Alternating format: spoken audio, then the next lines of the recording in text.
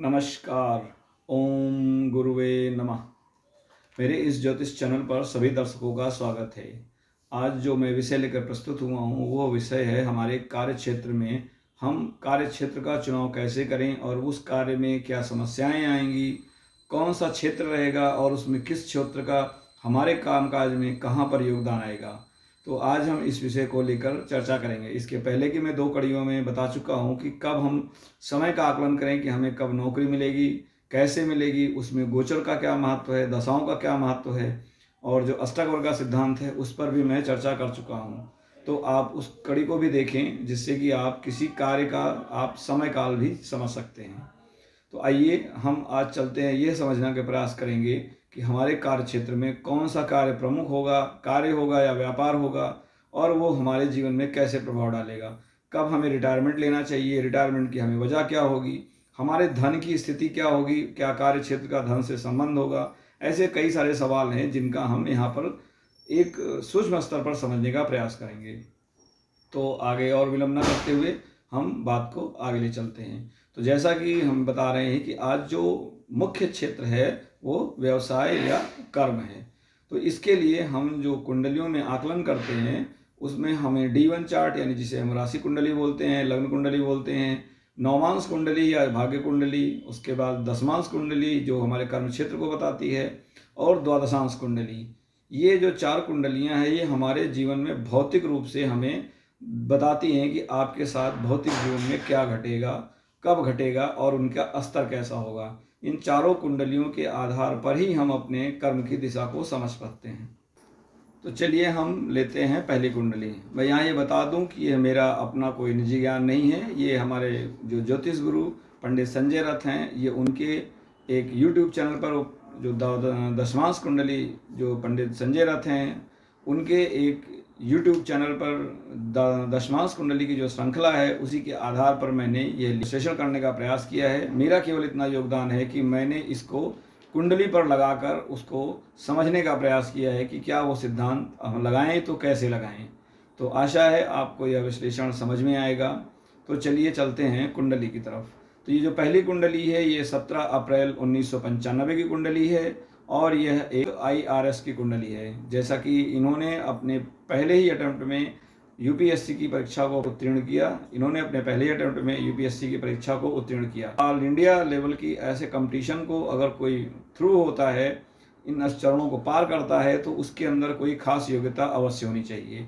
अब यह योग्यता में क्या उसका खुद का योगदान है, उसके पितरों का कितना योगदान है, क्योंकि हम जब कभी किसी उच्च पद की या ऐसे सम्मानित पद की बात करते हैं तो निश्चित रूप से उसमें हमारे पितरों का आशीर्वाद, उनके आचरण, उनके संस्कार और उनके कर्तव्यों का बहुत बड़ा योगदान होता है।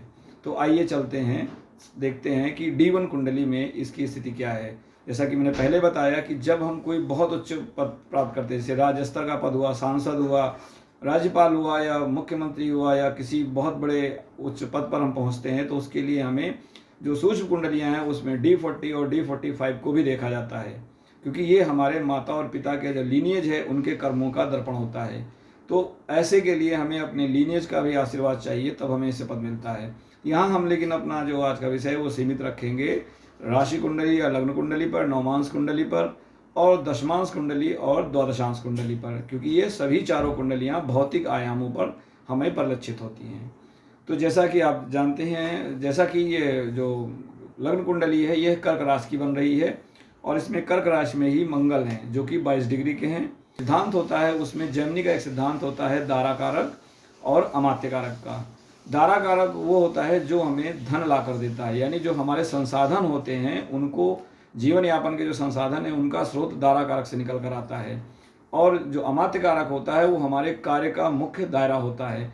यदि ये दोनों हमारे एक साथ मिल जाएं तो जो हमारी इच्छा है वो हमारे धनार्जन से भी जुड़ जाएगी, यानी जो हमारी योग्यता है उसका संबंध धनार्जन से भी होगा। तो जब कभी भी हम बात करेंगे तो दारा कारक, अमात्य कारक और शनि जो कि कर्म के कारक हैं, इन तीनों का संबंध देखना जरूरी होता है। तब हमें समझ में आएगा कि क्या हमारी जो दिशा है वो हमारे धनार्जन की तरफ है या वो हमारी एक समाज सेवा है या हमारी खुद की एक इच्छा है, लालसा है जिसके चलते हम वो काम कर रहे हैं।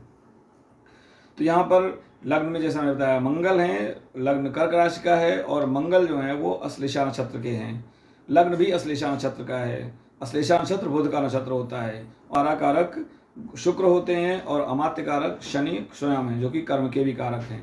तो मुख्यतः हमारा ध्यान केंद्रित रहेगा पहले तो ये समझने का कि क्या धारा कारक और अमात्य कारक का संबंध बन रहा है।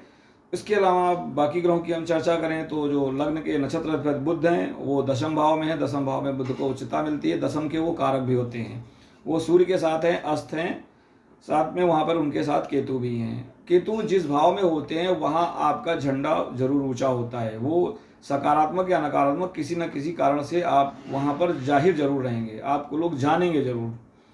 इसके अलावा हम देखें तो चतुर्थ भाव में राहु और चंद्रमा का योग है। जब कभी हम किसी सरकारी पद की बात करते हैं तो वहाँ पर चंद्रमा जो कि समाज के कारक हैं और चतुर्थ भाव भी समाज का ही होता है।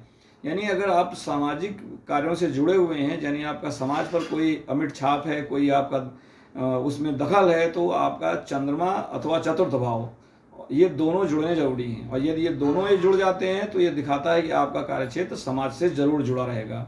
इसके बाद यदि हम उच्च सम्मान की बात करते हैं, पद प्रतिष्ठा की बात करते हैं, तो सूर्य उसके कारक होते हैं। सूर्य दशम के भी कारक हैं। सूर्य हमारे लिए वो रास्ता बताते हैं जहाँ से कि हमें अपने कर्म का स्रोत मिलता है। चंद्रमा हमारे कर्म का स्थान बताते हैं और सूर्य हमारे कर्म का स्रोत बताते हैं।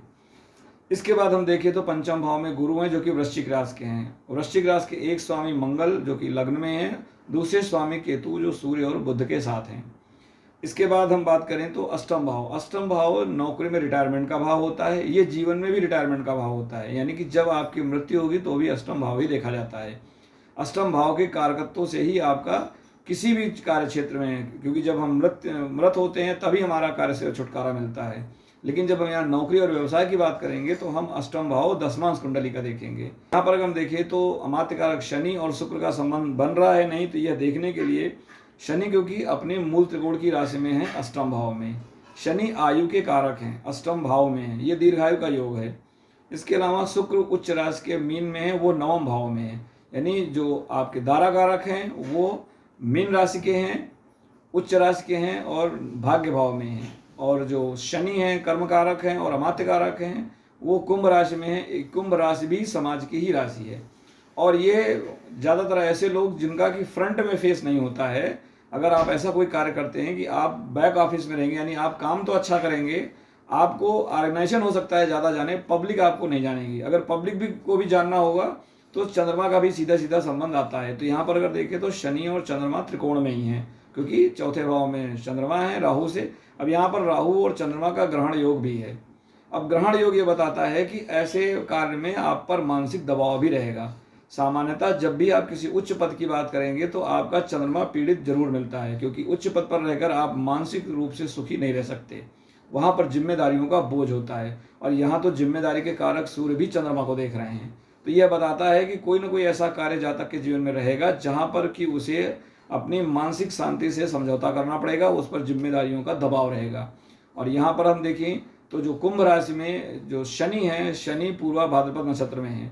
पूर्वा भाद्रपद गुरु का नक्षत्र है। शुक्र भी पूर्वा भाद्रपद नक्षत्र में है। हालांकि दोनों की राशियां अलग होने से दोनों ही अपनी मूल त्रिकोण की राशि में और उच्च राशि में पहुंच गए हैं, तो ये एक अच्छा योग है। तो यहाँ पर तो अमात्य कारक और दारा कारक का संबंध नक्षत्र के आधार पर, क्योंकि एक ही नक्षत्र में दोनों हैं, तो बन रहा है। साथ में अगर हम बात करें गुरु की, तो गुरु पंचम भाव में है वृश्चिक राशि में। वृश्चिक राशि भी हमारे पूर्व पुण्य की राशि है। सामान्यतः वृश्चिक राशि का अगर 1, 5, 9 भाव में आए तो यह बताता है कि आपके कुछ पिछले जन्म के अच्छे कार्य हैं जो आपको यहाँ पर परिचित होंगे। और पंचम भाव तो हमारे प्रारब्ध का है। पंचम और छठा हमारे ये 2 भाव पुण्य और प्रारब्ध को दर्शाते हैं। छठा भाव प्रारब्ध। अब यहाँ पर जब बात नौकरी की हो रही है तो हमें छठा भाव भी देखना होगा। तो छठे भाव में यहाँ पर अगर हम देखें तो वहाँ पर आ रही है धनु राशि। अब धनु राशि गुरु की राशि है, और यहाँ पर जो जैमिनी के सिद्धांत के अतिरिक्त जो आरूढ़ का सिद्धांत होता है उसमें धन के का जो धन पद है यानी A2 है वो भी छठे भाव में आ रहा है। तो कहीं ना कहीं दिखाता है कि जातक का जो धनार्जन होगा वो सेवा क्षेत्र से आएगा। और सेवा क्षेत्र क्या रहेगा? गुरु का। गुरु जो है वो जिम्मेदारी को बताते हैं, परामर्श को बताते हैं, वित्तीय संसाधन की जो मैनेजमेंट होता है उसको बताते हैं, सरकार के राजस्व को बताते हैं। राजस्व के कारक भी गुरु ही होते हैं। शुक्र यहाँ पर जो 9वें भाव में है, 9वें भाव में कालपुरुष की धनु राशि ही आती है, और गुरु का त्रिकोण के जरिए शुक्र से संबंध। जब गुरु और शुक्र का अगर संबंध किसी की कुंडली में बनता है तो ये धन संपदा का योग कहलाता है। ऐसे व्यक्ति के पास धन संसाधन की कमी नहीं होती है, चाहे वो व्यापार करे चाहे वो नौकरी करे। अगर कहीं ये दोनों ही अपनी शुभ राशि में हैं, शुभ दृष्टि से हैं, पीड़ित नहीं है, तो ये निश्चित रूप से सुखमय संपदा होती है। अब यहाँ पर हमने लग्न कुंडली देख ली, अब हम इसके चलते हैं सीधे दशमांश कुंडली पर। दशमांश कुंडली की अगर हम बात करें तो दशमांश कुंडली जो है वो धनु राशि की है। जब हम सूक्ष्म कुंडलियों पे जाते हैं तो जो लग्न है उसका भी संबंध देखते हैं। जैसे यहाँ पर नवमांश कुंडली का लग्न है तो वो मीन राशि का है, दशमांश कुंडली का लग्न है वो धनु राशि का है, और जो राशि कुंडली का लग्न है वो चंद्रमा की राशि का है। चंद्रमा और गुरु का संबंध वैसे भी गज केसरी योग कहलाता है। तो यहाँ पर अगर हम देखें तो दशमांश कुंडली और राशि कुंडली में गज केसरी योग लग्न के आधार पर, लग्न के अधिपति के आधार पर बन रहा है। इसके बाद हम बात करें दशमांश कुंडली में, तो दशमांश कुंडली में जो हमारा एकादश भाव होता है, जो कि हमारे गेन्स का है, हमारे प्रॉफिट का है, हमारी इच्छाओं की पूर्ति का है, कार्य क्षेत्र में हम जो करते हैं उससे जो हम इच्छा चाहते हैं उसकी पूर्ति का, तो वहाँ पर मंगल और शनि तुला राशि में है। तुला राशि ट्रांसपोर्टेशन की राशि है, ये ड्राइविंग की राशि है, ये पार्टनरशिप की राशि है। तुला राशि में हम वो कार्य क्षेत्र देखते हैं जहाँ पर कि कई लोगों का उससे जुड़ाव होता है, कई चीज़ों का उससे संबंध होता है, यानी कई लोग उसमें प्रभावित रहते हैं। जैसे विवाह में ये पाणिग्रहण संस्कार की राशि है, वैवाहिक की राशि है, तो वहाँ पर भी पूरा कुटुंब उसके साथ आके जुड़ता है। तो वहाँ पर देखिए तो हमारा जो अमात्य कारक शनि है वो मंगल के साथ है। मंगल ट्रांसपोर्ट के कारक हैं। तुला राशि भी ट्रांसपोर्ट की राशि है, और मंगल की अगर हम देखिए तो दूसरे भाव पर दृष्टि पड़ रही है जो कि संसाधन का भाव है, यानी आपके जीवन में जो संसाधन आएगा उसको आप दूसरे भाव से देखिए।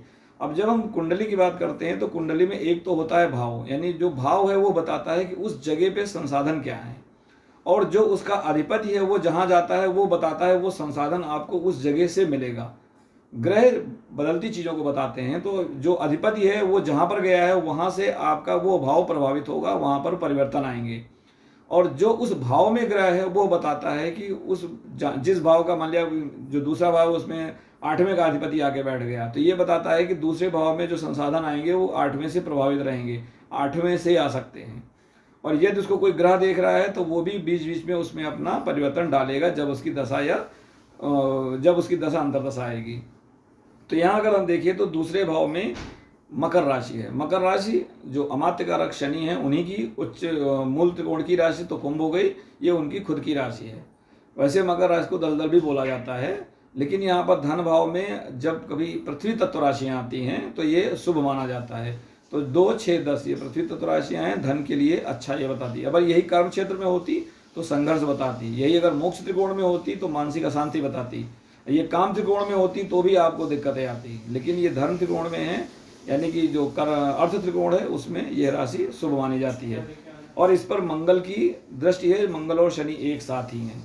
और यहाँ ध्यान रखिए जो शुक्र हैं वो दारा कारक हैं, और जो तुला राशि है उनकी खुद की उच्च की राशि है। शनि को तुला राशि में उच्चता प्राप्त होती है, तो यानी जो अमात्य कारक हैं वो अपनी उच्च राशि में हैं काल पुरुष के हिसाब से।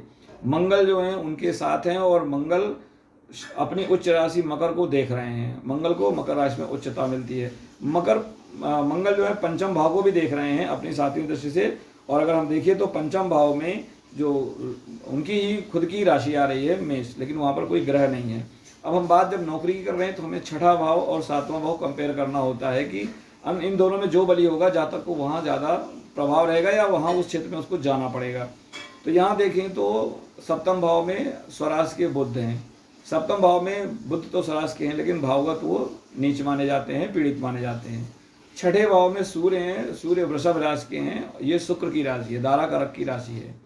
और यहाँ से अगर हम देखें तो जो त्रिकोण के जरिए दसम भाव से सूर्य का संबंध बन रहा है, और सूर्य पर द्वादश भाव से जहाँ पर कि वृश्चिक राशि है वहाँ से शुक्र का भी दृष्टि आ रही है, यानी दारा कारक सूर्य को देख रहे हैं या सूर्य दारा कारक को देख रहे हैं। तो कह सकते हैं कि जो साधन आएगा वो कहीं ना कहीं शुक्र के क्षेत्र से प्रभावित रहेगा, क्योंकि जो जॉब है उसका शुक्र से संबंध होना चाहिए। शनि अमात्य कारक हैं, तुला राशि में है, ये एक ट्रांसपोर्टेशन की राशि है। शुक्र वित्त की राशि है, शुक्र जो हमारा धन संपदा भौतिक सुख साधन होते हैं उनकी राशि है। और ये वृश्चिक राशि में, तो वृश्चिक राशि क्या है, बैक मतलब जो छुपा हुआ है। तो ऐसे संसाधन, ऐसे वित्तीय क्षेत्र जो छुपे हुए होते हैं, इनडायरेक्टली परफॉर्म करते हैं, तो जहाँ तक रेलवे में है, और रेलवे में ये ट्रांसपोर्ट को ही देखते हैं, जो जो ट्रेनों का आवागमन होता है, खासकर जो मालवाहक गाड़ियाँ होती हैं उनसे ही इनका संबंध है। तो शनि का संबंध तुला राशि से, जो कि ड्राइविंग की राशि है, मंगल जो कि ट्रांसपोर्ट के कारक हैं, शुक्र जो कि संसाधन के कारक हैं, वित्तीय संसाधन के कारक हैं, लेकिन इनडायरेक्ट वे में। तो यहाँ से अगर हम देखें तो सूर्य शुक्र का संबंध बन रहा है, शनि मंगल का संबंध बन रहा है, मंगल का द्वितीय भाव यानी धन भाव से संबंध बन रहा है। अब यहाँ पर संबंध बनने के अलावा इनमें बल भी देखा जाएगा। यदि ये बली नहीं है तो हो सकता है यही व्यक्ति छोटे स्तर का काम करे। अब बली अगर हमें देखना है तो सबसे पहले दशमांश कुंडली का लग्न देखिए। तो यहाँ पर लग्न मीन राशि का है। मीन राशि अगर हम देखिए तो लग्न कुंडली की भाग्य की राशि है। तो मीन राशि का लग्न में आना, यहाँ पर अगर हम देखें तो जो लग्न है वो धनु राशि का है। धनु राशि लग्न कुंडली के जॉब वाले यानी कि जो नौकरी का भाव है वहाँ की राशि है, जो जिसके अधिपति गुरु होते हैं। इसके अलावा अगर हम दसम भाव की बात करें जो कार्य क्षेत्र की, तो वहाँ पर बुध की राशि आती है कन्या। कन्या राशि भी जॉब की ही कालपुरुष की राशि है। तो एक हिसाब से यहाँ 2 और 6 का संबंध दसम से बनना और राशि कुंडली से छठे भाव से बनना यह दिखा रहा है कि कहीं ना कहीं जॉब प्रमुखता में रहेगा। यहाँ पर बुध भी बली हैं, सूर्य भी बली हैं, लेकिन बुध राशिगत बली हैं, भावगत नीच के हैं। वहीं पर अगर हम सूर्य की बात करें तो वो अपने राशि अधिपति से दृष्ट हैं, जिससे उनको बल मिल रहा है। और छठे भाव में भी सूर्य को बली माना जाता है। सामान्यतः 6, 8, 12 में 8 और 12 में सूर्य को थोड़ा सा कमज़ोर माना जाता है, लेकिन छठे भाव में सूर्य कमज़ोर नहीं होते। हाँ, ऐसे व्यक्ति को कार्य में स्वतंत्रता नहीं मिलती है, मतलब अधिकतर वो व्यक्ति किसी के अंडर में काम करता है, सबऑर्डिनेशन उसकी एक बाध्यता रहती है, स्वतंत्र प्रभाव उसको मिलने में समय लगता है या कहें नहीं मिलता है। तो यहाँ पर तो बुध भी बली है और यहाँ पर बुध नक्षत्र अधिपति हैं। जैसा कि मैंने पहले बताया कि जो शुक्र हैं और शनि हैं, दोनों अमात्य कारक और दारा कारक हैं, वो गुरु के नक्षत्र में है और यही गुरु का लग्न है। साथ में जो लग्न है और सूर्य हैं, सूर्य जो है केतु के नक्षत्र में है। और अगर हम यहाँ बात करें केतु की, तो केतु नवम भाव में है। तो सूर्य का जो नक्षत्र अधिपति है वो भाग्य भाव में है और वो सिंह राशि का यानी सूर्य की राशि में है। चंद्रमा, जैसा कि मैंने बताया कि चंद्रमा वहाँ पर राहु से पीड़ित थे, यहाँ चंद्रमा अष्टम में है। जब चंद्रमा अष्टम में होते हैं तो ये पुनः परेशानी का कारण बताता है। अगर यही लग्न में चंद्रमा अष्टम में हो तो ये आयु के लिए नुकसानदायक होता है, व्यक्ति को रोगों की संभावना बढ़ जाती है। लेकिन यहाँ कार्य क्षेत्र में अष्टम में आ रहे हैं तो ये दर्शाता है कि जहाँ तक कार्य क्षेत्र में दबाव में रहेगा, मानसिक दबाव में रहेगा, यानी कह सकते हैं उसका शरीर जो है वो दबाव में रहेगा, मन दबाव में रहेगा। और यहाँ पर लेकिन चंद्रमा की खुद की राशि है यानी कर्क राशि है, तो दबाव उसके लिए लाभप्रद होगा। अब यहाँ पर देखिए तो चंद्रमा की जो स्थिति है वो भी आपके द्वितीय भाव से संबंध बना रही है, जो कि धन का भाव होता है। अब हम अगर जो राशि कुंडली का जो धनेश है यानी आरूढ़ का धनेश है यानी A2, वो नवम भाव में छठे भाव में बन रहा है जहाँ धनु राशि है, वही यहाँ पर लग्न में है। तो यानी कहीं ना कहीं छठे भाव का जो धन का आरूढ़ है उसका संबंध दशम की लग्न से बन रहा है। तो इस हिसाब से देखें तो धनु राशि भी आवागमन की राशि है। शुक्र आवागमन की राशि के कारक यानी तुला के कारक हैं और वो द्वादश भाव में बैठे हैं। द्वादश भाव लंबी यात्राओं का होता है। तो जो गाड़ियाँ होती हैं, ट्रांसपोर्ट व्हीकल्स होते हैं, इनका जो ट्रिप होता है ये शॉर्ट डिस्टेंस का नहीं होता है, अधिकतर ये क्रॉस द कंट्री चलती हैं। इसके अलावा अब हम देखते हैं कि क्या यह उच्च पद, उसमें जो बल है उसको, जो भाग्य है वो भी बल दे रहा है, क्योंकि नौमांश कुंडली भाग्य की कुंडली है। तो अगर हम नौमांश कुंडली देखें तो वो मीन राशि की है। पुनः मीन राशि गुरु की राशि है, तो गुरु और चंद्रमा का जो कि राशि कुंडली के अधिपति हैं, गज केसरी योग भाग्य कुंडली में भी बन रहा है। और यहाँ पर चंद्रमा अगर हम देखें तो चंद्रमा मिथुन राशि के हैं और वो चतुर्थ भाव में है। मिथुन राशि में चंद्रमा बुध के शत्रु की राशि में है। पुनः यहाँ चंद्रमा राशिगत पीड़ित हो रहे हैं। तो चंद्रमा यानी राशिगत पीड़ित होना बताया कि मानसिक दबाव जीवन में रहेगा।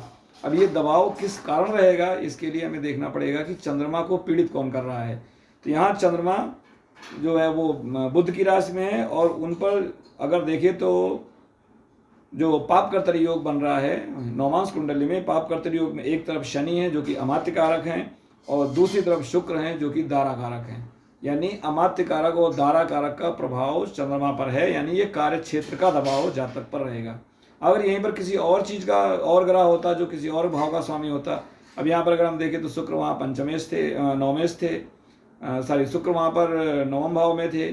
और अगर उनका हम भावगत कारकत्व तो देखें तो भावगत वो चतुर्थेश हुआ करते थे, तो यानी चतुर्थ भाव से संबंध था। और यहाँ पर चतुर्थ भाव को शुक्र स्वयं पाप कर्तरी योग में, वैसे शुक्र शुभ कर्तरी बनाते हैं, लेकिन यहाँ पर शुक्र के साथ केतु भी हैं, तो ये केतु और उधर शनि, इनसे ये पाप कर्तरी योग बन रहा है। तो यानी नवमांश कुंडली में मानसिक दबाव दिख रहा है। और वहाँ पर जो गुरु हैं वो चंद्रमा की गुरु जो है वो मकर राशि में है। मकर राशि जो धन भाव होता है दशमांश कुंडली का, यानी लाभ भाव, यहाँ जो नवमांश का लाभ है वो वहाँ पर धन भाव में जा रहा है। और यहाँ पर गुरु मंगल और राहु का योग बन रहा है। सामान्यतः राहु और गुरु और मंगल का जब योग बनता है तो ये अंगारक योग होता है। ऐसे व्यक्ति गुस्सैल हो सकता है, उसके कार्य क्षेत्र में बहुत ज़्यादा कह सकते हैं प्रेशर रह सकता है, क्योंकि राहु मंगल का योग शांति से जातक को बैठने नहीं देता है। और यहाँ तो चंद्रमा भी पीड़ित हो रहे हैं, तो निश्चित रूप से ये उस तरफ इशारा कर रहा है। यहाँ देखिए तो गुरु का लाभ भाव से संबंध बनना, अमात्य कारक शनि पे दृष्टि जाना, दारा कारक शुक्र पे दृष्टि जाना, ये उनको बल दे रहा है। हालांकि यहाँ गुरु राशिगत अपनी नीच राशि में है, जो कि मकर राशि गुरु को नीचत्व देती है, लेकिन क्योंकि गुरु यहाँ पे लग्नेश हैं तो लग्नेश का जो बल है वो यहाँ पर सहयोगी रहेगा। इस तरह से तो ये दिखाई पड़ा। अब जब कोई कंपटीशन अगर क्लियर करता है कार्य क्षेत्र में, तो भी हम छठे भाव को देखते हैं, क्योंकि छठा भाव कंपटीशन का भी है। और छठे भाव में धनु राशि थी, धनु राशि में राहु का जुड़ना, मंगल का जुड़ना। मंगल क्या है, आदमी को शांति से बैठने नहीं देता, राहु मंथन की प्रवृत्ति देता है। जो राहु है वो रिसर्च का कारक है। तो यदि किसी ऐसे कंपटीशन में आप बैठ रहे हैं जिसमें कि आपको बहुत वाइड स्तर पर चीज़ों को समझना है, जानना है, तो राहु का योग अगर आपके कंपटीशन भाव से बन जाए तो ये अच्छा योग होता है, यानी ये अविजय का योग है। और वैसे भी मंगल अगर देखें तो छठे भाव के कारक होते हैं, कंपटीशन के कारक होते हैं, और मंगल की छठे पे दृष्टि भी पड़ रही है। अगर हम नवमांश कुंडली की बात करें, अगर हम राशि कुंडली की बात करें तो राशि कुंडली में मंगल की जो दृष्टि है वो छठे भाव से संबंध नहीं बना रही है, लेकिन वो अमात्य कारक शनि पर उनकी दृष्टि है। तो और दशम जो कि काम कर्म क्षेत्र की राशि होती है मगर, उस पर भी उनकी दृष्टि है। चतुर्थ भाव पर जहाँ पर चंद्रमा और राहु हैं, तो यहाँ पर देखिए राशि कुंडली में मंगल राहु चंद्रमा का संबंध बन रहा है, नवमांश कुंडली में मंगल राहु गुरु का संबंध बन रहा है, और दशमांश कुंडली में जो कि कार्य क्षेत्र को निरूपित कर रही है वहाँ पर भी मंगल का संबंध सूर्य से बन रहा है, यानी छठे भाव से बन रहा है। तो कुल मिला के ये दर्शाता है कि जातक का जो संघर्ष की क्षमता होगी वो भी अच्छी होगी, मानसिक दबाव में रहेगा। और यहाँ पर गुरु का चंद्रमा का गजकेसरी योग बताता है कि जातक को सफलता भी कार्य क्षेत्र में मिलेगी और वो धन संपदा से को भी हासिल करेगा। चंद्रमा का तीनों कुंडलियों में पीड़ित होना बताता है कि मानसिक दबाव जातक पर रहेगा। अब यहाँ जब हमने इतनी बात कर ली तो द्वादशांश कुंडली को भी देखना जरूरी है, क्योंकि ये उच्च पद प्राप्ति के लिए द्वादशांश कुंडली में बल है, तभी आपको उच्च पद मिलेगा। तो द्वादशांश कुंडली में अगर हम देखें तो ये कुंडली जो है वृषभ राशि की है। वृषभ राशि जो दारा कारक है उन्हीं की राशि है। जो द्वादशांश कुंडली का लग्न होता है ये हमारे पितरों के कर्मों का दर्पण है। तो यहाँ पर अगर हम देखें तो जो हमारे एंसेस्टर्स होते हैं, ग्रेट यानी ग्रैंड पेरेंट्स, तो उसके लिए अगर हम देखें तो यहाँ उस भाव में यानी पंचम भाव में चंद्रमा आ रहे हैं जो कि कन्या राशि के हैं। तो चंद्रमा का ग्रेट ग्रैंड पेरेंट से बनना, कन्या राशि से संबंध बनना, अगेन कन्या राशि चंद्रमा की शत्रु बुध की राशि है। तो चंद्रमा यहाँ पुनः पीड़ित हो रहे हैं, लेकिन भाव कौन सा है, पंचम भाव, जो कि पूर्व पूर्ण का है। और उन पर अगर हम दृष्टि देखें तो दारा कारक शुक्र की दृष्टि पड़ रही है, मंगल की दृष्टि पड़ रही है। तो ये दारा कारक का चंद्रमा से यहाँ भी संबंध बन रहा है, यानी कि जो दारा कारक धन का स्रोत है वो भी दिखा रहा है कि चंद्रमा यानी समाज से आपका संबंध बनेगा। और जो वहाँ पे राशि है वो मीन राशि आ रही है। मीन राशि जो है ये घर से दूर की भी राशि है, निवेश की राशि है, संन्यास की राशि है। यहाँ पर लंबे समय के निवेश होते हैं उनको देखा जाता है, नहीं लंबे समय तक धन का लाभ होने का यहाँ पर योग चंद्रमा दर्शा रहा है। राहु यहाँ पे, सूर्य यहाँ पे लग्न में है, तो ये दिखा रहा है कि लग्न में सूर्य को बल मिलता है। तो ये दिखाता है कि पूर्वजों के कर्मों का भी लाभ यहाँ जातक को मिल रहा है। दशांश कुंडली का नवम भाव देखें तो नवम भाव में शनि की राशि मकर है। इसके बाद गुरु की नवम भाव पे दृष्टि है जो कि उसके कारक होते हैं।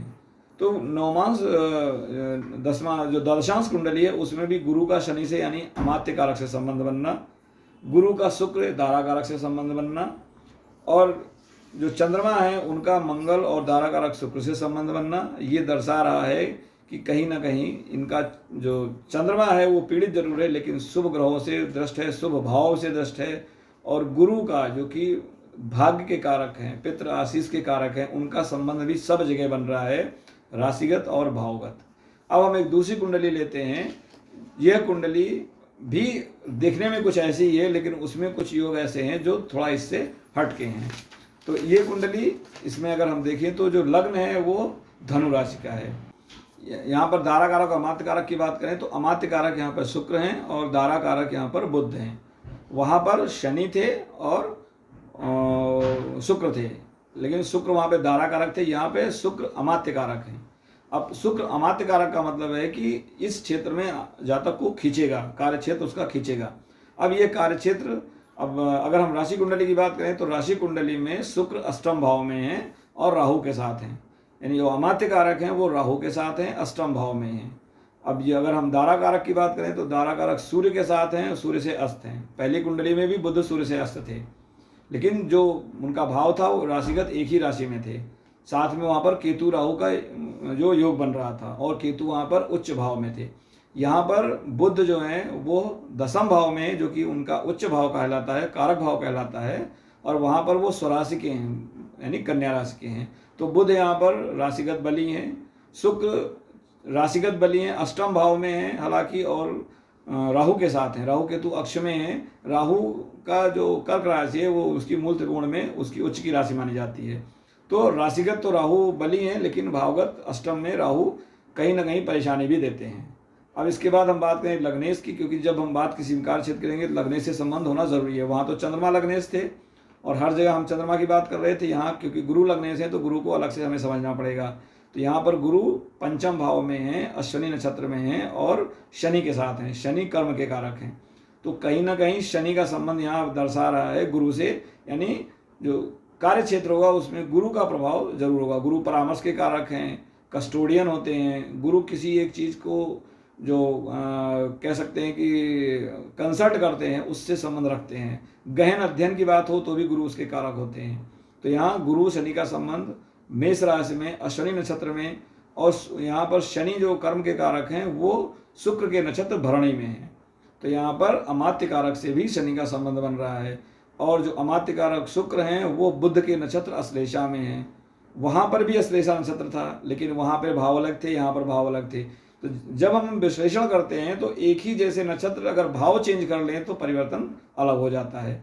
तो अगर देखें तो दिखने में तो ये राशि कुंडली पहले ही कुंडली की तरह लग रही है, लेकिन यहाँ पर राहु का अष्टम में जाना, चंद्रमा का अष्टमेश बनना। अब चंद्रमा अगर अष्टमेश है तो ये पुनः बताता है कि मानसिक पीड़ा रहेगी, और शनि चंद्रमा का योग है, यहाँ पर भी मानसिक कष्ट रहेगा। अब ये मानसिक कष्ट आपके कार्यक्षेत्र से कैसे जुड़ेगा, इसके लिए हमें दसमांश कुंडली में जाना पड़ेगा। अब यहाँ पर वहाँ पर भी मंगल का संबंध बन रहा था, यहाँ पर मंगल वृश्चिक राशि के होके, और यहाँ तो मंगल वर्गोत्तमी है और वो द्वादश भाव में है राशि कुंडली में। नवमांश कुंडली में वो तृतीय भाव में है और दशमांश कुंडली में देखें तो वो सप्तम भाव में है। अब यहाँ पर हम सीधे चलते हैं आपके दशमांश कुंडली पे। अगर हम देखें तो दशमांश कुंडली वृषभ राशि की है। वृषभ राशि राशि कुंडली का छठे भाव की राशि है, तो यानी कि लग्न में छठे भाव की राशि आ रही है। तो ये दिखाता है कि जॉब यानी सर्विस सेक्टर, यानी कभी कभी हम कुछ ऐसे व्यापार भी करते हैं लेकिन उस व्यापार में सेवाएं होती हैं। यानी आप जब किसी को सर्विसेज देते हैं, जैसे आप मान लिया कोई ऐसा काम कर रहे हैं, हेल्थ केयर है। अब हेल्थ केयर भले आपका वो व्यापार का हिस्सा हो लेकिन वो सेवा क्षेत्र को निरूपित करता है। आपका स्कूल कॉलेज हो लेकिन वो भी सेवा क्षेत्र है। आप किसी प्रोडक्ट से डील नहीं कर रहे हैं, आप सर्विसेज से डील करते हैं, तो वो सेवा क्षेत्र कहलाता है। अब सप्तम भाव में तीन ग्रह हैं, मंगल, शनि और शुक्र। शुक्र तो अमात्य कारक ही हैं, शनि कर्म कारक हैं, और मंगल यहाँ पर वर्गोत्तमी हैं। और मंगल राशि कुंडली में पंचम स्थित, जहाँ पर कि लग्नेश गुरु थे। यहाँ पर भी संबंध अमात्य कारक का, दारा कारक का। अमात्य कारक की हमने बात की, शुक्र का संबंध तो बन रहा है शनि से। अब यहाँ दारा कारक की बात करें तो दारा कारक लग्न में ही है बुध, तो बुध का भी दृष्टि पड़ रही है। यानी यहाँ पर जो आप जॉब करेंगे, जो काम करेंगे, जो मुख्य क्षेत्र होगा आपका, वो कहीं ना कहीं धन संपदा का भी हो सकता है। और क्षेत्र कौन सा रहेगा, सेवा क्षेत्र रहेगा। यानी वो क्षेत्र जो पब्लिक वेलफेयर में काम करते हैं, किसी डायरेक्ट प्रोडक्ट से डील नहीं करते हैं। सप्तम भाव अगर हम यहाँ देखें तो बलि दिखा रहा है, तो ये व्यापार भी हो सकता है। लेकिन अगर हम व्यापार की बात करें तो व्यापार के लिए हमें ये देखना पड़ेगा कि जो जॉब का यानी कि जो सप्तम छठा भाव है उसके अधिपति और सप्तम भाव के अधिपति में कौन बलि है। तो यहाँ तक देखें तो छठे भाव में तुला राशि आ रही है दशमांश कुंडली में, उसके स्वामी तुला राशि के स्वामी शुक्र हैं जो कि स्वयं अमात्य कारक हैं। तो अमात्य कारक के नाते छठा भाव यहाँ पर बलि दिख रहा है। मंगल भी हालांकि वर्गोत्तमी है और स्वराशि के हैं और सप्तम भाव में है, लेकिन सप्तम भाव में मंगल को नीचत्व मिलता है। वहाँ पर आपने देखा था सप्तम भाव में बुध थे, तो बुध को राशिगत वो बलि थे लेकिन भावगत वो नीचत्व के थे। तो यहाँ पर अगर आप देखिए तो छठा भाव बलि दिखा रहा है, क्योंकि छठे भाव में ही अमात्य कारक की राशि है। अमात्य कारक का दारा कारक से संबंध बन रहा है। अमात्य कारक पर सूर्य की दृष्टि है, और सूर्य अगर हम देखें तो लग्न कुंडली में बुध को अस्त कर रहे थे जो कि दारा कारक हैं। तो सूर्य का दबाव यहाँ दारा कारक पे पुनः दिखाई पड़ रहा है। अब दसम भाव की हम बात कर लेते हैं, क्योंकि जॉब या बिजनेस में तो हमने समझ लिया कि छठा भाव यहाँ बलि दिखा रहा है। अगर हम बात करें कि कर्म का क्षेत्र क्या होगा, तो अगर हम कर्म के क्षेत्र की बात करें, यहाँ दसम भाव में कुंभ राशि आ रही है। कुंभ राशि शनि की राशि है, यह भी समाज की राशि है, और ये राहु की स्वामित्व की राशि है, सह स्वामित्व के राहु होते हैं। और यहाँ पर अगर हम देखें तो केतु का संबंध बन रहा है। केतु लग्नेश गुरु के नक्षत्र अधिपति हैं, और यहाँ पर जो सूर्य हैं वो बुध के नक्षत्र अधिपति हैं, तो सूर्य बुध तो साथ ही साथ हैं। अब यहाँ पर केतु पर अगर हम देखें तो मंगल की दृष्टि पड़ रही है, और वृश्चिक राशि के भी सह स्वामित्व केतु के पास होता है। तो मंगल का केतु से संबंध बनाता है कि ये कहीं ना कहीं कोई एनर्जी सेक्टर की बात हो रही है, क्योंकि दोनों ही अग्निपुंज हैं। लेकिन यहाँ पर दोनों जो राशि है मंगल की वो जल तत्व की है, तो कहीं ना कहीं कुछ लिक्विड से रिलेटेड जॉब आदमी का हो सकता है। केतु माइक्रो बायोलॉजी भी बताते हैं, माइक्रो ऑर्गन्स भी बताते हैं, छोटी चीज़ें बताते हैं। तो केतु का दसम भाव में संबंध बताता है कि कहीं ना कहीं ये केतु हमारा शास्त्र भी है। केतु हमारा पुरातन जो हमारा पुराने ग्रंथ होते हैं, पुराने जो हमारी विधाएँ होती हैं, उनको भी केतु दर्शाते हैं। और यहाँ पर देखिए तो राहु और केतु का जो अक्ष बन रहा है वो दसम, तो यहाँ पर देखिए तो चतुर्थ भाव भी पीड़ित हो रहा है। चतुर्थ भाव हमारे मानसिक सुकून का होता है, कार्यालय का होता है, और वहाँ पर जो राशि है वो सिंह राशि है। तो राशि के नाते जो राहु हैं वो सूर्य को पीड़ित कर रहे हैं। लेकिन और क्योंकि राहु केंद्र में भी हैं, बट ये राहु का जो काल पुरुष के हिसाब से दिग्बल का भाव है। इस तरह से अगर हम देखें तो दारा कारक अमात्य कारक का संबंध बनना, छठे भाव से दारा कारक अमात्य कारक का संबंध बनना, इसके बाद जो जहाँ पर अमात्य कारक है उसी राशि में शनि का होना, अमात्य कारक के साथ वर्गोत्तमी मंगल का संबंध दसम भाव से बनना और लग्न से बनना, तो कहीं ना कहीं यह दिखाता है यह जातक भी कार्य क्षेत्र में जो होगा वो जॉब ही इसकी प्रायोरिटी रहेगी, या जॉब सेक्टर में ज़्यादा जाने के चांसेस इसके अच्छे हैं। अब यह पद उच्च होगा या निम्न होगा, इसको समझने के लिए हम पुनः चलते हैं नवमांश कुंडली में, क्योंकि अगर नवमांश का बल नहीं है तो आपको उच्च पद मिलने में प्रॉब्लम आती है। तो यहाँ देखिए तो नवमांश कुंडली में अमात्य कारक शुक्र कुंभ राशि में है, जो कि दशमांश कुंडली की दसम भाव की राशि है, और वो छठे भाव में है। तो कहीं ना कहीं छठे का नवमांश का संबंध दशमांश के दसम भाव से बन रहा है। साथ में शुक्र और शनि परस्पर राशि परिवर्तन में है। तुला राशि में शनि है तो शनि की वो उच्च राशि है। राशि कुंडली में शनि नीच राशि के थे, नवमांश कुंडली में शनि उच्च राशि के हैं। तो यह बताता है कि कार्य क्षेत्र में परिवर्तन बाद में आएगा, यानी कि जो शनि का बल मिलेगा, राशि परिवर्तन का जो प्रभाव आएगा वो पहले अटेम्प्ट में नहीं आएगा, यानी समय लगेगा। यहाँ पर बुध पीड़ित भी हो रहे हैं, सूर्य से अस्त हैं, और उनका जो उनके राशि अधिपति हैं वो स्वयं खुद हैं, और बुध यहाँ पर मकर राशि में, मकर राशि पंचम भाव में है। तो अब वहाँ पर मकर राशि आपकी आ रही थी 2, 6, 10 के इसमें, यहाँ पर मकर राशि आ रही है पंचम भाव में। मकर राशि पंचम में जाना ये बताता है कि जो विवेक है उस पर और बुध का प्रभाव कहीं ना कहीं परेशानी करेगा, यानी बुध के जरिए जातक को प्रॉब्लम आ सकती है। ये उसकी सोच हो सकती है, उसके मित्र हो सकते हैं, ये उसके भाई बहन हो सकते हैं, ऐसे रिश्ते, या जो बुध है मीन मेघ को निकालने की आदत, ये भी कुछ नकारात्मक प्रभाव डाल सकता है। तो यहाँ बुध को बल देना पड़ेगा, तब जाके कहीं जो पहली कुंडली में तो वो योग स्वतः बने हुए थे, यहाँ पर यह कुंडली में योग कमजोर पड़ रहे हैं, लेकिन ये राशि परिवर्तन के जरिए मजबूत हो रहे हैं, तो राशि परिवर्तन का बताता है कि जब इनकी दशा अंतर्दशा आएगी तब ये जो फल है वो परिलक्षित हो सकता है। अब जो कार्य क्षेत्र की वहाँ पर हम बात कर रहे थे, तो आप देखिए दशमांश कुंडली में गुरु का संबंध बन रहा है सप्तम भाव में अमात्य कारक से। जो अमात्य कारक शनि है उस पर गुरु की दृष्टि है। गुरु की दृष्टि वहाँ पर भी भाग्य भाव पर थी, यहाँ पर भी दशमांश कुंडली में भाग्य भाव पर है, और गुरु एकादश भाव को भी देख रहे हैं, यहाँ पर भी एकादश भाव को देख रहे हैं। तो कहीं ना कहीं ये जो संबंध बना रहा है ये कि जो कार्य क्षेत्रों का लगने से संबंध अमात्य कारक से बनना, यानी जातक जो कार्य करेगा वो अपनी इच्छा से करेगा। भाग्य भाव से बनना यानी कि यह उसके भाग्य की परिणति भी है। भाग्य पर गुरु की दृष्टि जाना यह बताता है कि उसको भाग्य का बल मिलेगा। ये तो हमने बात कर ली क्या है। अब यहाँ हम ये बात करते हैं कि कौन से क्षेत्र को कौन सा क्षेत्र प्रभावित करेगा। यहाँ पर हम पहली कुंडली को न लेते हुए हम सीधे एक ही कुंडली की चर्चा करेंगे, क्योंकि ऐसे वीडियो बहुत लंबा हो जाएगा। तो यहाँ पर हम बात करते हैं कि जो दशमांश कुंडली है उसमें हम कैसे समझें। तो दशमांश कुंडली का जो प्रथम भाव होता है वो आपका खुद का व्यक्तित्व होता है और प्रसिद्धि होती है। तो यहाँ पर प्रसिद्धि के लिए हमें देखना पड़ेगा कि जो इसका लग्नेश है वो कहाँ गया है। तो यहाँ पर आप देखिए तो लग्नेश सप्तम भाव में गया है, वो शनि के साथ है, मंगल के साथ है, यानी कि जातक को की जो पहचान होगी कहीं ना कहीं सप्तम भाव से जुड़कर आएगी। अब सप्तम भाव व्यापार का भी होता है, और सप्तम भाव में जो राशि है वो राशि अष्टम की राशि है, जो कि राशि कुंडली में हमारे द्वादश भाव में थी। ध्यान रहे कि राशि कुंडली को जब तक हम लिंक नहीं करेंगे ये नहीं समझते। अब ये द्वादश भाव हमने बताया दूर का है, विदेश का है। अष्टम जो वृश्चिक राशि है वो रिसर्च की राशि है। तो हो सकता है कि जातक का की जो पहचान होगी उस पर जो इम्पैक्ट आएगा, उसको जो पहचान का जो कह सकते हैं जो भी दायरा मिलेगा वो उसका संबंध सप्तम भाव से हो सकता है, विदेश से हो सकता है, शोध से हो सकता है। और यहाँ पर जो दृष्टि पड़ रही है मंगल की और शनि की पड़ रही है, शुक्र की पड़ रही है। तो शुक्र जैसे मैंने बताया कि राशि कुंडली में अष्टम भाव में थे, रिसर्च का भाव वो होता है।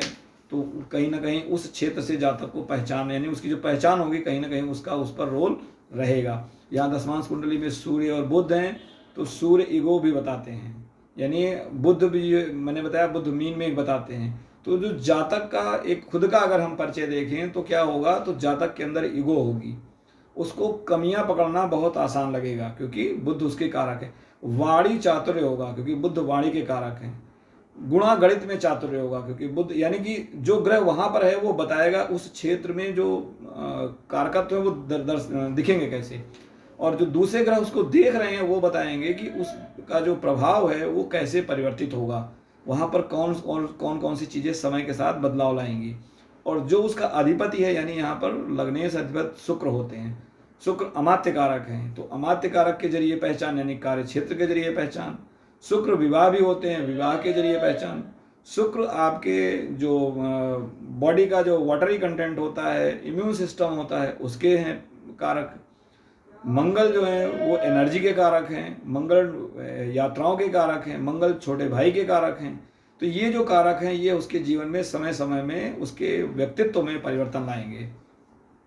लेकिन जो लग्नेश का सप्तम भाव में जाना दिखाता है कि सप्तम भाव के जो ग्रह यानी मंगल और शनि, सप्तम में जो राशि यानी वृश्चिक, और उस पर जो अन्य ग्रहों का प्रभाव है यानी किस पर, लग्नेश पर। तो लग्नेश पर यहाँ गुरु का प्रभाव है। तो गुरु का भी जातक के व्यक्तित्व में आएगा। गुरु शिक्षक भी होते हैं, कंसल्टेंट भी होते हैं, कस्टोडियन होते हैं, जिम्मेदार होते हैं। तो ये उसके एक परिचय का हिस्सा होगा। अगर हम बोलें कि उसका जो छठा भाव है यानी नौकरी में, यहाँ पर जो छठा भाव होता है वो स्टाफ फंक्शन बताता है। जब जॉब में आप रहते हैं तो आपको जो सहकर्मी मिलते हैं, ड्राइवर हो गया, असिस्टेंट हो गया, आर्दली हो गया, वो आपका छठा भाव दिखाते हैं। तो यहाँ देखिए तो छठे भाव के स्वामी में कोई ग्रह नहीं है, तो वहाँ पर कोई ग्रह नहीं होना, और उस पर अगर देखें तो किसी भी ग्रह की दृष्टि है तो वो केवल चंद्रमा की दृष्टि है, जो कि द्वादश भाव से चंद्रमा देख रहे हैं और वो मेष राशि से देख रहे हैं। तो कहीं ना कहीं जो असिस्टेंस की बात आएगी तो उसको किसी अर्ली लेडीज़ का सहयोग मिल सकता है एज एन असिस्टेंट। और अब ये देखें कि जो उसके यहाँ पे छुपे शत्रु भी होते हैं, वो आपके साथ कैसा वो प्रयोग करेंगे। तो यहाँ पर हमें तुला राशि को के स्वामी यानी शुक्र को देखना होगा। तो शुक्र शनि के साथ है, मंगल के साथ है।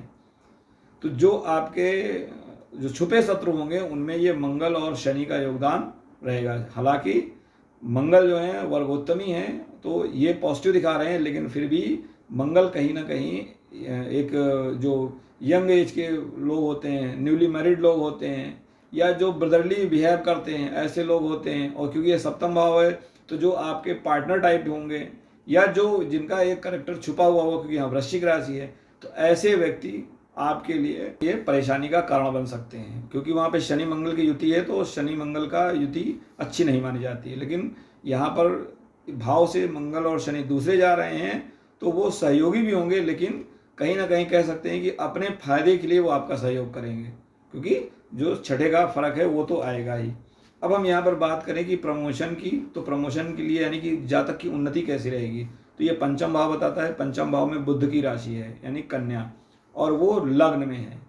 तो ये यानी जो पंचमेश का लग्न में जाना बताता है कि जातक का प्रमोशन में उसके खुद के कारकत्वों का योगदान होगा, यानी लग्न के बल से जातक, क्योंकि जो जो उसका स्वामी है वो जहाँ गया है वहाँ से आपके प्रमोशन की इमेज आएगी।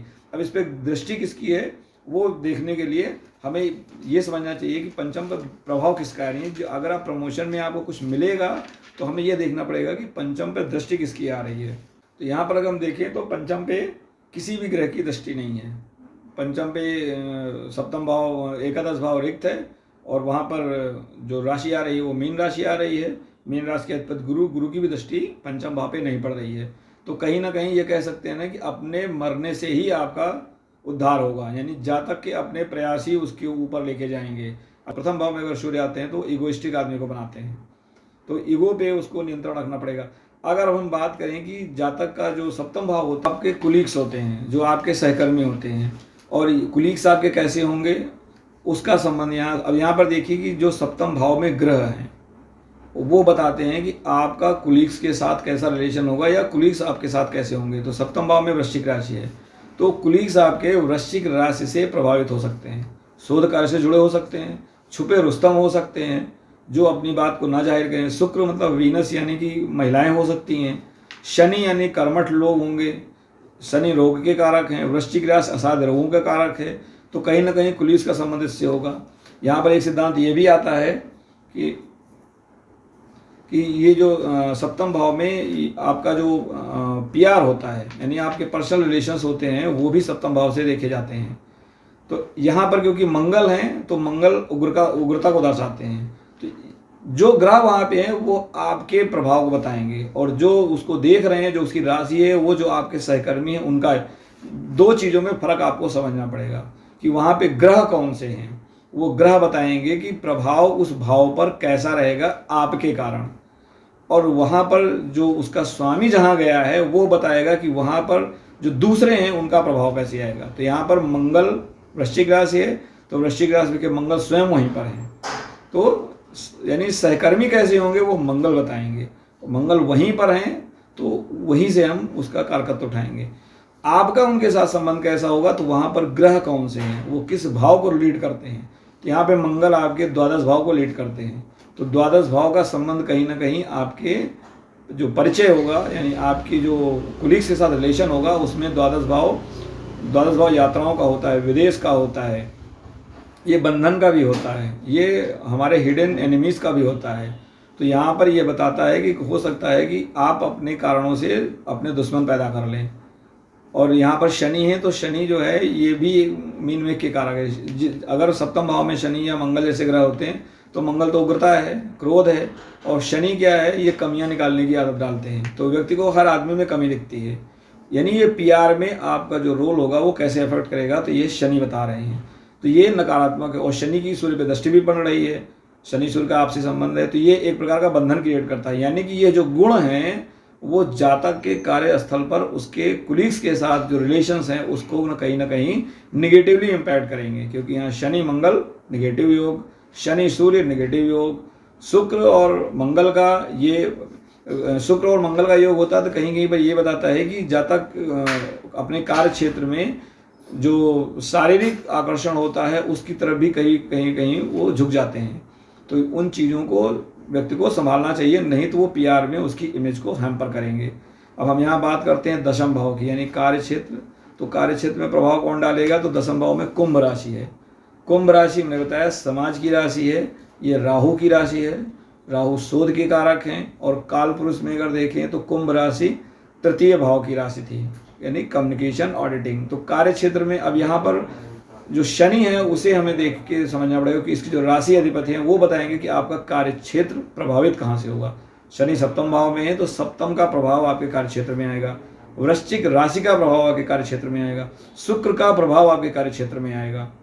तो ग्रह यानी जो लॉर्ड कहाँ गया है वो किस किस जुड़ा है उससे आपको समझ में आएगा कि उस भाव में जो इम्पैक्ट आएगा वो कहाँ से आएगा। तो कोई किस क्षेत्र में जाएगा उसके लिए उस भाव में जो राशि है वो बताएगी क्षेत्र क्या है, और उस क्षेत्र विशेष में प्रभाव क्या रहेंगे वो उस क्षेत्र का जो स्वामी है यानी राशि अधिपति है वो बताएगा। तो यहाँ पर मोटा मोटी हम समझ लेते हैं कि जो दशमांश कुंडली है उसके भाव क्या क्या बताते हैं। तो पहला भाव तो आपकी इमेज हो गई, आपकी प्रसिद्धि हो गई, इसका स्वामी जहाँ जाएगा वहाँ से आपकी इमेज में डेंट लगेगा या बिल्डअप होगा। दूसरा भाव आपके रिसोर्सेज हैं, ये आपके ग्रुप्स भी होते हैं, यानी कि आप किन के साथ आपका उठना बैठना रहेगा, कौन आपके साथ चलेगा। तो यहाँ पर अगर देखें तो यहाँ पर मिथुन राशि आ रही है। मिथुन राशि सामान्यतः सहपाठियों के मित्रों की राशि होती है, एक जो सेम लेवल के लोग होते हैं। साथ में इसका स्वामी कहाँ गया है, लग्न में गया है। तो पुनः ये बताता है कि ऐसा व्यक्ति एकाकी रहेगा, क्योंकि दूसरे भाव यानी पीयर यानी जो आपके ग्रुप से उसका स्वामी सूर्य के साथ है, तो सूर्य किसी के साथ बर्दाश्त नहीं करता। ऐसे व्यक्ति भीड़ में भी अकेले चलते हैं। इसके बाद तीसरे भाव की हम बात करें तो तीसरा भाव आपकी छुट्टियां होता है, आपके रिटायरमेंट प्रैक्टिस होता है, यानी कि आप खाली समय में क्या काम करते हैं उसके बारे में बताता है। तो यहाँ पर जो राशि आ रही है कर्क राशि आ रही है। कर्क राशि में अगर देखिए तो वहाँ पर गुरु हैं, तो गुरु अध्ययन के कारक हैं, गुरु वेदांत के कारक हैं, गुरु उच्च शिक्षा के कारक हैं। तो खाली समय में हो सकता है जातक का ध्यान इन जगहों पर जाए। अब गुरु का संबंध यानी इसके राशि अधिपति का संबंध जहाँ से बन रहा है वो बताएगा कि अन्य क्षेत्र क्या होंगे। तो यहाँ पर राशि अधिपति का संबंध कहाँ बन रहा है, द्वादश भाव से बन रहा है। चंद्रमा इसके राशि अधिपति है, द्वादश में गए हैं। तो यानी जो द्वादश के कारकत्व हैं वो आपके खाली टाइम के, द्वादश विदेशों का है। चंद्रमा मानसिक जो हम अपने मन के सुकून के लिए काम करते हैं, क्योंकि मेष राशि कालपुरुष की मन की राशि है, तो चंद्रमा मन के सुकून के कारक हैं। तो खाली समय में हो सकता है जातक अपने रिक्रिएशन में, मनोरंजन में इन चीज़ों का उपयोग करे। और गुरु वहाँ पे है तो हो सकता है वो वेदांत की पढ़ाई करे, लेकिन ध्येय उसका कहाँ से रहेगा, द्वादश भाव से। इसके बाद अगर हम चतुर्थ भाव में आए तो चतुर्थ भाव आप बताता है कि आपका जो कार्यालय होगा जहाँ आप काम करेंगे वो कैसा होगा, प्लस वहाँ पर जो उसका स्वामी है वो जहाँ गया है वो बताएगा कि उस जगह पर जो आपके सीक्रेट यानी जो आपको खास रूप से जानने वाले लोग हैं वो कौन होंगे। तो यहाँ पर राशि आ रही है सिंह राशि, सिंह राशि लग्न में जा रही है। तो ऐसा जातक सिक्रेटिव होता है, क्योंकि वो प्रथम भाव में पहुँच गया, यानी उसका सीक्रेट वो खुद ही है। और उस पर जो दृष्टि पड़ रही है वो मंगल की, शुक्र की, शनि की पड़ रही है। तो कुछ ऐसे लोग हो सकते हैं जो उसके रहस्य को जाने, या जो उसके खास लोग होंगे वो इन्हीं क्षेत्रों से होंगे। और यहाँ पे राहु है तो कार्यालय बड़ा हो सकता है। सिंह राशि है तो ये हमारे जो पंचम का भाव है, पेट का भाव है, संतान का भाव है, उच्च शिक्षा का भाव है, यानी यहाँ विद्यालय भी हो सकता है। ये आपका किसी जो रोग है, हार्ट डिजीज़ के मामले में है, ब्लड डिजीज़ के मामले में है, चेस्ट एरिया के मामले में, उससे संबंध हो सकता है। अष्टम भाव रिटायरमेंट का है। यहाँ पर खास रूप से देखिए तो रिटायरमेंट यानी आपको कब रिटायर हो जाना चाहिए, या कौन से ऐसे संकेत है जो बताएंगे कि अब आपका रिटायरमेंट, यानी आपको अपना जॉब या तो चेंज कर लें या जो जहाँ पे हैं वहाँ से परिवर्तन कर लें। तो यहाँ पे तो यहाँ पर देखें तो अष्टम भाव में धनु राशि है। धनु राशि लग्न की राशि है, राशि कुंडली की। तो एक तो जातक के खुद के कुछ कारण हो सकते हैं। लग्न शास्त्र भी बताता है, लग्न आपका विवेक बताता है। अगर आपके विवेक के निर्णय उल्टे पड़ने लगे, क्योंकि अष्टम का मतलब है परेशानी आने का निशाना ही है कि आप बदल लीजिए अपना कार्य क्षेत्र। गुरु जो है तृतीय भाव के कारक है। तृतीय भाव आपके यात्राओं का है, सहकर्मियों का है। विवाह के बाद के जो कुछ कार्य होते हैं उसको भी तृतीय भाव से देखते हैं। तृतीय भाव यात्राओं का है और वहाँ पर ऑडिटिंग, लिखा पढ़ी का भी है। और वहाँ पर गुरु हैं, गुरु विवाह के कारक हैं। गुरु उच्च शिक्षा के कारक, हो सकता है जाता कोई उच्च शिक्षा करे, या जहाँ पर वो जिम्मेदारी का कार्य कर रहा है वहाँ पर परेशानी आने, क्योंकि गुरु जिम्मेदारी के कारक हैं। तो ये लक्षण बताते हैं कि आपको अपना कार्यक्षेत्र बदलने के, ये जब गुरु से संबंधित परेशानी आपको आने लगे, तृतीय भाव से संबंधित आपको परेशानी आने लगे, क्योंकि गुरु तृतीय भाव में गए हैं, तो आपको अपना कार्यक्षेत्र बदल देना है। अब तृतीय भाव में ध्यान रहे राशि किसकी है, अष्टम की राशि कर्क की है। तो यानी कर्क, अष्टम मतलब लग्न कुंडली का अष्टम। तो अष्टम आपके रोगों का भी है, अष्टम आपके ससुराल का है, अष्टम आपके जो कह सकते हैं बाधाएं होती हैं जीवन को, उनका है। तो उनका कहीं ना कहीं अगर संबंध बनने लगे तो जातक को अपने कार्य क्षेत्र में बदलाव या रिटायरमेंट के बारे में सोचना चाहिए, नहीं तो ये समस्या आगे ज़्यादा हावी हो सकती है। नवम भाव आपके बॉस होते हैं, आपके गाइड होते हैं, आपके मेंटोर्स होते हैं। तो नवम भाव में यहाँ पर शनि की राशि मकर आ रही है। तो मकर कहाँ पर गया है? शनि के अधिपति गए हैं सप्तम भाव में, और मकर राशि लग्न कुंडली में कुटुंब की राशि है। तो कुटुंब का प्रभाव यानी कि आपके मेंटोर कहाँ होंगे? आपके कुटुंब में होंगे। शनि इसके जो स्वामी हैं वो गए हैं दशमांश कुंडली में सप्तम भाव में। हो सकता है आपका जीवन साथी हो, आपका कोई पार्टनर हो, वो शुक्र के साथ हैं। तो कोई महिला हो सकती है जो आपकी सहयोगी बने। वहाँ पे मंगल हैं, मंगल भी यानी नवयुवक हैं, तो कोई नवयुवक हो सकता है जो आपको सहयोग करे। एकादश भाव जो कि लाभ का है, ज्ञान का है, इच्छा पूर्ति का है, और ये आपके मित्रों का भी है। अब यहाँ पर देखिए जो एक विरोधाभासी क्या है, गुरु अष्टमेश भी हैं और गुरु एकादशेश भी हैं। तो यहाँ पर यह हो सकता है कि जिस कारण से आपको कार्य बदलना पड़े वो कारण आपके लिए फायदेमंद हो, क्योंकि दोनों ही जगह गुरु का संबंध बन रहा है और गुरु की दृष्टि भी है एकादश भाव पे। तो यानी परिवर्तन आपके लिए लाभदायक होगा, ये इस चीज़ का इशारा है। अगर यहीं पर एकादश भाव पर गुरु की दृष्टि नहीं होती, क्योंकि वो राशि अधिपति हैं, अपनी ही राशि को देख रहे हैं, और गुरु एकादश के कारक भी हैं, तो कारक के नाते, और यहाँ पर दारा कारक त्रिकोण में है, यहाँ पर दारा कारक लग्न में है, और साथ में जो अमात्य कारक है वो त्रिकोण में है।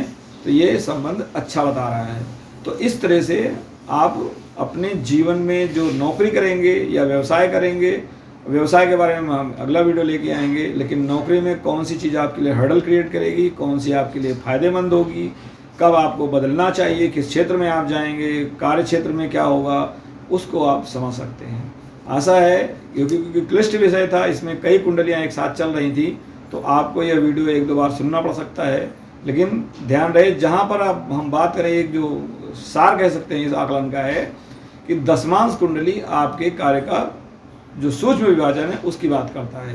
दशमांश कुंडली में अगर अमात्य कारक और दारा कारक दोनों जुड़ रहे हैं और शनि यानी कर्म कारक इनका संबंध बन रहा है, तो जो आपकी इच्छा होगी, जो आपके जीवन का पथ होगा भाग्य से, वो आपके लिए धन संसाधन का भी मार्ग बनाएगा, वो आपके लिए संसाधन जरूर क्रिएट करेगा। प्लस जो भाव आप देख रहे हैं उस भाव में जो राशि है उसको आप लग्न कुंडली से जरूर तुलना करिए। लग्न कुंडली के कारकत्व वहाँ पर आएंगे, साथ में दशमांश कुंडली में वो जो भाव का अधिपति जहाँ गया है वहाँ के कारकत्व उस भाव के काम को डिस्टर्ब करेंगे या इंक्रीज करेंगे या डिक्रीज करेंगे, मतलब इम्पैक्ट उनका वहाँ आएगा। जैसे हम बात करेंगे लग्न की, तो लग्नेश जहाँ गया है वहाँ से लग्न पर प्रभाव पड़ेगा, यानी नेम फेम पर प्रभाव पड़ेगा। अगर हम लाभेश की बात करें यानी कि एकादश भाव की बात करें, तो एकादश भाव में जो राशि है वो बताएगी आपका एकादश भाव का ओवरऑल कैसा रहेगा, वहाँ पर क्या रहेगा। और एकादशेश जहाँ गए हैं यानी गुरु तीसरे भाव में गए हैं, तो लाभ के लिए आपका तीसरे भाव के गुणधर्म जरूर आपको इम्पैक्ट करेंगे, क्योंकि गुरु वहाँ पे हैं। यहाँ पर गुरु को ना देख के गुरु कहाँ गए हैं वो हमें देखना है। तो राशि अधिपति का प्रभाव जिस राशि से आ रहा है वो आपके क्षेत्र में या किसी भाव विशेष में प्रभाव दिखाता है। तो दो चीज़ों को आप मिक्स करिए, एक तो अस्थाई यानी राशि का मतलब होता है पूल रिसोर्स, वो राशि बताती है, और वहाँ का जो स्वामी जहाँ गया है वो वहाँ से आपके रिसोर्सेज का जो मेन है कोर है वो बताता है। तो इन दोनों को जब आप मिक्स करेंगे तभी समझ पाएंगे कार्य क्षेत्र किधर है और हमारा काम किधर है। हाँ, दारा कारक, अमात्य कारक और कर्म कारक का संबंध अगर बन रहा है तो आपका कार्य क्षेत्र आपकी इच्छा अनुसार होगा, अन्यथा ये विरोधानुसार होगा। आगे हम ये भी लाने का प्रयास करेंगे कि आप जो पढ़ाई करते हैं क्या वो आपके कार्य क्षेत्र से जुड़ेगी कि नहीं, तो उसके लिए एक अलग कुंडली होती है D24। तो D24 का संबंध अगर आपके D10 से नहीं बन रहा है, D9 से नहीं बन रहा है, D1 से नहीं बन रहा है, तो हो सकता है पढ़ाई आप कुछ और करें और काम कुछ और करें। तो ऐसी स्थिति कब उत्पन्न होती है उस पर भी हम आगे वीडियो लेकर आएंगे। अब इस विषय को आप अपने कुंडली पर लगा के देखिए कि क्या आपके कार्य क्षेत्र में ये चीज़ें इस ढंग से प्रतिरूपित हो रही हैं या नहीं हो रही हैं। तो आशा है आपको यह विषय क्लिष्ट जरूर है, लेकिन एक दो बार सुनेंगे तो समझ में आएगा। आप बने रहिए हमारे चैनल के साथ, ऐसे ही कुछ गहन अध्ययन की बात कर रहे हैं। मैं पुनः बता दूं, ये मेरा कोई निजी ज्ञान नहीं है, ये हमारे ज्योतिष गुरु पंडित संजय रथ के जो आकलन है उसी पर आधारित है, बस इसको मैंने कुंडली पे लगाने का प्रयास किया है। आप सबका मेरे चैनल से जुड़ने के लिए धन्यवाद। आपका दिन शुभ हो। ओम गुरुवे नमः।